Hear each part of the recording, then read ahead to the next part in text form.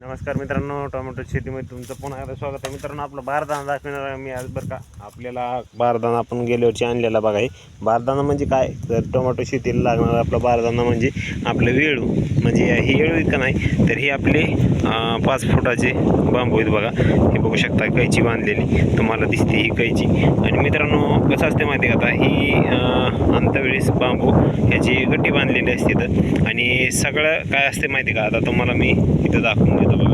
हे बघा, ही मोठा येळू, ही मोठा येळू, ही मोठा येळू. असली जी येळू का नाही, ही सगळी येळू आहे का नाही वरून लावतात. नाही किती 10 का 20 काहीतरी ह्याचा गट्टा असतो बघा.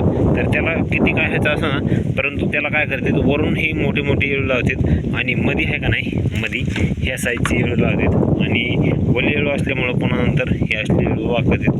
पण ही येळू आहेत का नाही, गट्टे बांधताना वली येळू बांधतात, त्याच्यामुळे हे बघा ही चपटी येळू झाला आहे. तर अशा प्रकारे पण येळू ह्याच्यामध्ये असतात.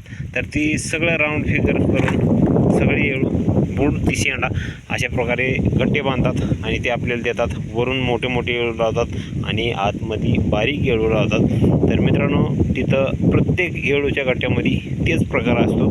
तर येळू घेता वेळेस बघून येळू घ्या, जेणेकरून तुमचं नुकसान होणार नाही. आम्ही पहिल्यांदा होतो आणि पहिल्यांदाच नाही, तर मित्रांनो तिथं येळू घेताना बघून घ्या.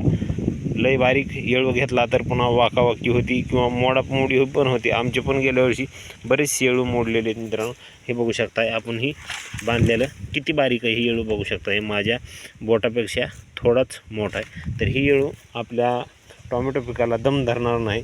हां, येळू तुम्हाला अशा साईजचा जर असेल तर भारी आहे. अशा मधून किंवा तसा पण असला मोठा एकदम तरी पण चालतो आहे. परंतु मित्रांनो, बारीक येळू अजिबात चालत नाही.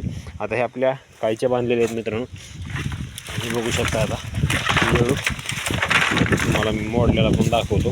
बघू शकता, आता ही येळू पण आहे, ह्याची कैची बांधलेली आहे. परंतु मित्रांनो, ही येळू हे इथं बघू शकता, इथं मोडलेला आहे. ही येळू का नाही, इथं मोडलेला आहे. तर अशा पद्धतीनं जर बारीक येळू असतील तर 100% येळू मोडणार आहेत मित्रांनो. त्यासाठी सांगतो मी की येळू घेता वेळेस बघून येळू घ्या. तर गेल्या वेळेस आपण चिकट सापळी लावलेली तशीच एक येळूली. तर असू द्या, तर येळू घेताना तुम्ही 5 फुटाचं घ्या किंवा 7 फुटाचं घ्या, परंतु येळू बघून घ्या. एवढीच सर्वांना माझ्या चॅनलच्या वतीनं कळकळीची विनंती आहे. तर व्हिडिओ कसा वाटला येळूबद्दलचा कमेंट करून नक्कीच कळवा. भेटू दुसऱ्या व्हिडिओमध्ये.